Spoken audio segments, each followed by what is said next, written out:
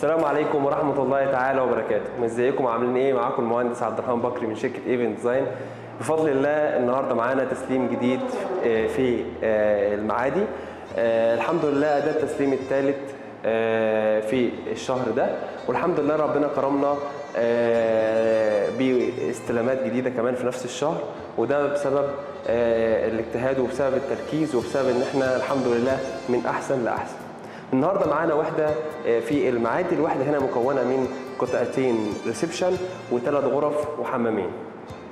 انا حاليا في اول قطعه من القطع اللي موجوده في الوحده، وهنشرح سريعا، مش هنطول عليكم، هنشرح سريعا الوحده مكونه من ايه والماتيريال اللي استخدمناها ايه، وفي الاخر ان شاء الله استنوا شوفوا السعر النهائي للوحده كام. عندنا هنا في الوحده دي اول قطعه عندي القطعه اللي انا فيها دي، تمام. القطعه دي هنا موجود فيها الليفنج هنا موجود في المكان ده، وعندي طبعا الشاشه هتكون موجوده هنا وتاسيس الشاشه موجود هنا، وعندي برضو تجليده بسيطه من البانوهات، وعندي طبعا تكتشر الخشبي المميز قوي قوي معايا في الوحده هنا اللي بيرد على بعضه.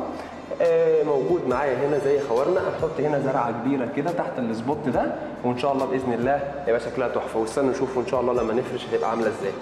عندي بقى هنا بانوهات وتاسيس الشاشه المعمول بشكل احترافي، وعندي برضو تاسيس خدمات هنا برايز، وعندي برضو التكييف موجود في قلب البانوه، مش زي معظم الناس بيخلوا البانوه التكييف في نص البانوه. بعد كده عندي قطاع البي اس صغير الموتال، وعندي طبعا التحكم الديمر الساوند سيستم موجود هنا، وعندي ابليك حلو قوي من نفس التكتشر الخشب اللي موجود رادد على التفاصيل الخشبيه اللي موجوده. ده اول فراغ عندي صالون والشاشه هنا. بعد كده برضو خلينا الاحساس كله مواكب في نفس القطعتين، بحيث ان جو الشقه بالكامل يكون نفس الجو. وعندي تجليده جميله من البانوهات اللي موجوده معايا هنا. التجليده دي فيها التكتشر الخشبي اللي موجود، وبرده فيها هنا نفس التكتشر الخشبي برده اللي احنا رادين بيه في نفس الفراغ. دي اول قطعه معانا في الشقه اللي شرحنا فيها القطعه الاولانيه اللي هناك اللي هي الصالون، ودي تاني قطعه معايا. القطعه هنا فيها السفره وفيها كونسول او بوفيه موجود في المنطقه دي، ودي لوحه الكهرباء اللي هنحط عليها مرايه هتخفيها ان شاء الله. لو كملنا هنلاقي ان احنا جلدنا العمود وجلدنا مساحه بعد العمود عشان يرد على التكتشر الخشبي اللي مالي المكان، ورسمه بانوهات بسيطه جدا وسيمبل وشكلها جميل. فيها البانو، والبانو جاي في السنتر مع البريده الخدمه اللي موجوده تحت. عندي لوحه المعلومات موجوده هنا عشان العماره هنا فيها دش مركزي، والدخله كانت موجوده هنا فما حبناش ان احنا نغيرها، وكمان هنحط هنا مرايه كبيره هتداري على الموضوع ده. بعد كده عندنا هنا في ابليك من نفس التكتشر الخشب الجميل اللي موجود معايا اللي لايق مع المكان. وبعد كده عندي لوحه الكهرباء وفيها طبعا الجرس، ولوحه الكهرباء ورا الباب عشان تكون في مكان مخفي الى حد ما. عندي هنا البانوهات مكمله معايا في الركن الجميل ده. الركن الجميل ده زي ما قلنا فيه السفره، وعندي البوفيه موجود هناك. عندي التحكم الكهرباء بالكامل زي ما انتم شايفين، تحكم كامل على اعلى مستوى. وعندي طبعا كل علبه بتكون مختصه بفراغ معين عشان العميل وهو بيستخدم الوحده ما يقعدش يدور على المفاتيح كتير. واللي معمول في الفراغ هنا هو معمول في كل الفراغات، ترتيب المفاتيح اللي معمول في الفراغ الاولاني زي اللي معمول في الفراغ الاخير. عملنا رسمه من البانوهات الجميله، وعملنا هنا رسمه 3D شكلها جميل جدا، كسر الجو بتاعي شويه، وطبعا معموله في ال 3D اللي احنا عملناه. عندي البورسلين الهندي الجميل جدا اللي عامل بشكل عشوائي في الارض، بحيث ان هو يعطي او يكسر الملل شويه، لان انا ماشي بجو هادي قوي، وكسرت الملل شويه بالعشوائيه اللي موجوده في البورسلين الهندي. طبعا في السقف استخدمنا الجبسون بورد، وحاولنا ان احنا نحدد كل فراغ لوحده. الفراغ ده فيه السفره، والفراغ ده موجود فيه الليفنج، ده فيه بيت نور بسبوتات داير، وهنا برضو بيت نور بسبوتات داير، وفصلنا حاولنا ان احنا نربط القطعه دي بالقطعه اللي ورايا بالثلاثه اعواد بروفايل الموجودين، بحيث ان هم ياخدوني وينقلوني للقطعه الثانيه. فصلنا هنا بباب عشان لو في ضيوف يفصل بقيه الشقه عن القطعه الاولانيه، باب من نفس التكتشر الخشبي الجميل اللي ماشي معايا في كل الوحده حتى الاباليك زي ما انتم شايفين. وعملنا رخامه امبراطور لايت عشان تليق مع الباب زي ما انتم شايفين كده، طالعه بشكلها احترافي جدا. والباب طبعا عامل معايا جو مع التكتشر الخشبي اللي بره، عشان الباب رادد معايا برده في نفس المكان هنا وعاطين التكتشر الجميل ده. والازاز طبعا فاميه، هو طبعا باب جرار زي ما انتم شايفين كده. وانس ان انا قفلت الباب قفلت القطعه الثانيه عن القطعه دي نهائي. اذا اهل البيت اللي هنا يبتدي ان هم يستخدموا البيت براحتهم جدا. ثالث قطعه معايا النهارده اللي هي القطعه دي زي ليفنج لاهل البيت، فيها الشاشه موجوده هنا والتكييف برضو موجود، وطبعا مكان الصرف بيكون بعيد عن الشاشه. طبعا احنا مؤسسين ساوند سيستم اقتصادي. في نفس الوقت برضه عشان نكسر الملل في المنطقه دي عملنا زي بانو بشكل جميل جدا، وتوزيعات الاضاءه معموله بشكل احترافي جدا. لو كملنا قلنا ان الفراغ الثاني هيكون ايه؟ الفراغ الثاني دايما هيكون المطبخ. المطبخ هنا معمول بشكل احترافي جدا جدا جدا، ورادد على الليفنج وقريب من الليفنج، بحيث اللي عايز ياكل او عايز يعمل حاجه سريعه يقدر يعمل الكلام ده عن طريق ان الليفنج قصاد المطبخ والموضوع يبقى ماشي بسهوله. زي ما انتم شايفين المطبخ استخدمنا فيه السيراميكا الجميله اللي فيها التكتشر الطوبي الابيض، عامل وسع حلو قوي في المكان وعامل جو هادي جدا.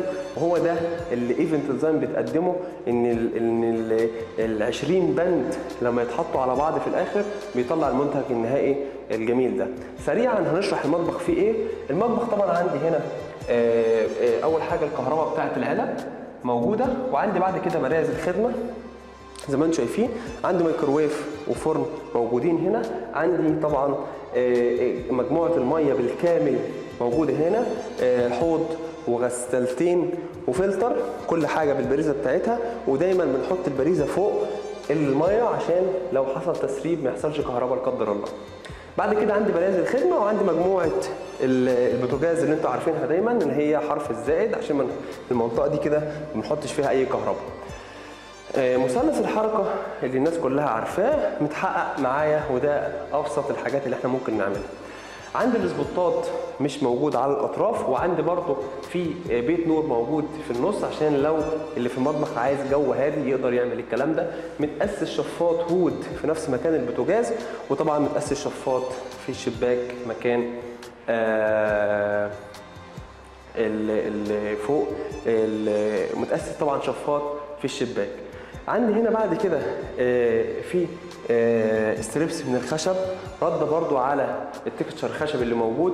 حبينا نثبت الموضوع ده في الوحده هنا عشان جو الخشبيات بيعمل دفء شويه. في نفس الوقت برضو نفس اللي عملناه بره عملناه هنا، فحددنا القطعه اليمين والقطعه الشمال بجبسون بورد، وعملنا خطين بروفايل ياخدوني من المنطقه دي يودوني المنطقه اللي هي الثالثه. عندي طرقه التوزيع، عندي غرفه على ايدي اليمين، وعندي غرفه على ايدي اليمين برضو غرفه اطفال، دي تاني غرفه اطفال، وعندي غرفه ماستر موجوده هنا، وعندي حمام رئيسي موجود هنا. الطرقه هنا مميزه ان احنا عملنا طرقه ببانوهات جميله جدا سيمبل. احساس التكتشر الخشبي لسه مستمر معايا، وده اللي ايفنت ديزاين دايما شغال عليه، ان احنا بنحاول نخلي الشقه كلها نفس الجو بحيث ان هو ما يحصلش دروب وانا بتنقل ما بين الفراغات داخل الوحده.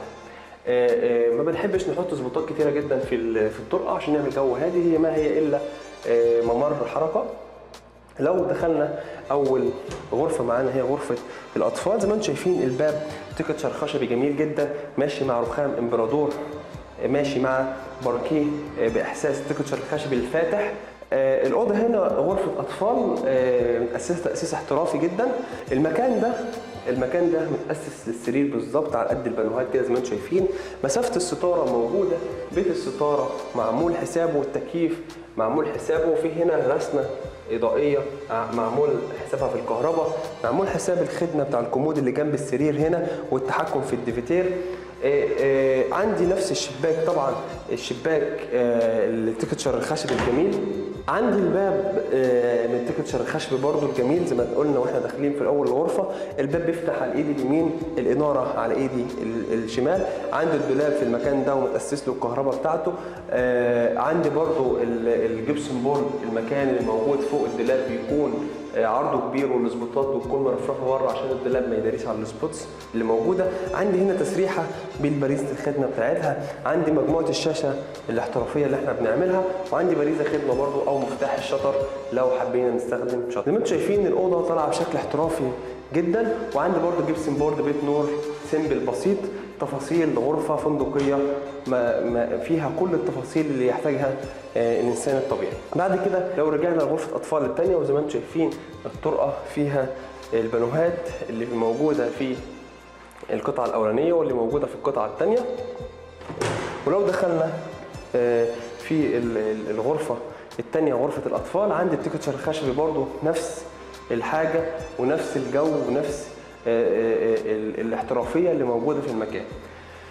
لو بصينا هنا في الغرفه الثانيه هنلاقي ان احنا عندنا الباب طالع بشكل تحفه قوي، معمول رخامه امبرادور، كهرباء على اليمين، الباب يفتح على الشمال. عندي تاسيس الديمر بتاع الساوند سيستم موجود، وعندي برضو الديفيتير جنب السرير موجود، وعندي السرير موجود في المكان ده متحدد له، وطبعا التكييف متاسس له هنا باك تو باك. وعندنا هنا الشباك البي اس الصغير، وعندي مجموعه الشاشه موجوده مقابل للسرير، وعندي التسريحه موجوده في المنطقه دي برضو ما ننساهاش معانا في الشغل بتاعنا، بالاضافه لبريزه ليها لخدمه التسريحه اللي موجوده، مع احساس التكتشر الخشبي اللي موجود في الارضيات الجميل. وعملنا عشان دي غرفه البنت عملنا لها رسمه جميله تليق مع الذوق العام لغرفه البنات. ما ننساش ان في الجبسون بورد برضو عاملين احتياط لمكان الدولاب. طبعا لو كملنا هنلاقي ان التقسيط برضو في السيراميك والبورسلين ماشي معاه بشكل احترافي، لانه رابط ما بين الفراغات وبعضها. لو دخلنا لاخر فراغ معانا اللي هو الحمام الرئيسي، احنا مميزين بفضل الله باخراج الحمامات بشكل احترافي جدا. زي ما انتم شايفين الحمام طالع بشكل احترافي جدا في كل التفاصيل، ولكن بشكل سيمبل وبشكل بسيط جدا. الباب نفس الباب عشان يليق مع الطرقه من بره. استخدمنا في القطعه دي بانيو بتاسيس خوارنقات كامل. زي ما انتم شايفين البانيو معمول في الزاويه دي، وعندي برضو الخوارنقات موجوده في المنطقه دي. عندي تاسيس الخوارنقات من رخام القرارة الايطالي، مع تاسيس الشفاط الدفن الجميل، مع الريد شاور اللي في السنتر، مع ازاز شفاف عشان يدي اتساع للرؤيه. عندي برضو نفس الكلام، الشباك الشفاط موجود هنا عشان يسحب الروائح من هنا ومن هنا مع البخار. عندي رف من الرخام القرارة الايطالي، الرف ده معمول فيه ليد عشان ما يضيعليش المعنى الجميل للبورسلين. نفس البورسلين برضو الهندي اللي فيه نفس العروق اللي ماشيه مع القراره. عندي التويليت معمول في مساحه حركه كويسه جدا، اقدر ان انا استخدم التويليت ببساطه. عندي حوض جميل سيمبل بسيط موجود معايا، وعندي وحده جميله جدا باللون الابيض. عندي الحته المخصوصه للحوض زي ما انتم شايفين فيها ديكور جميل جدا ماشي مع الديكور اللي هو الحائط اللي احنا حاطينه في الوش هنا، ومحددينه بخطين بروفايل، بحيث ان الخطين البروفايل دول يدوني اضاءه وانا ببص في المرايه. وعندي الحوض استخداماته والصبانه والاكسسوارات، وبرده المفتاح المرايه والبريس لخدمه الحوض موجوده. تفاصيل كتيرة جدا ومعمولة بشكل احترافي. ما ننساش ان مكان السخان موجود في مكان مش متشاف عشان ما يضايقنيش وانا داخل. شطاف سخن وبارد، تأسيس قاعدة دفن جروهي، وتشطيب ديورافيت، تأسيس الكهرباء بشكل احترافي جدا. الحمام طالع بشكل جميل قوي قوي، يعني الحمام عاطي روح مختلفة. وهو ده التميز، هو ده اللي شركه ايفنت ديزاين بتقدمه، الاختلاف مع الابداع في نفس الوقت.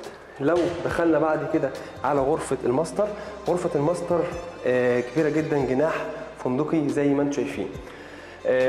طبعا الغرفه كبيره، قسمناها لقطعتين، اول قطعه اللي هناك، تاني قطعه اللي موجوده هنا.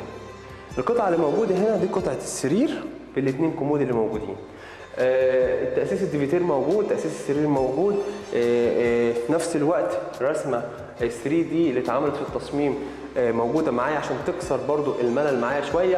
التكييف محطوط في شكل احترافي، تجليدة من الخشب اللي ماشية معايا في نفس المكان وطالعة مع الأبواب مع رخام الامبرادور بتاع الحمام المصدر برضو عاد شكل احترافي.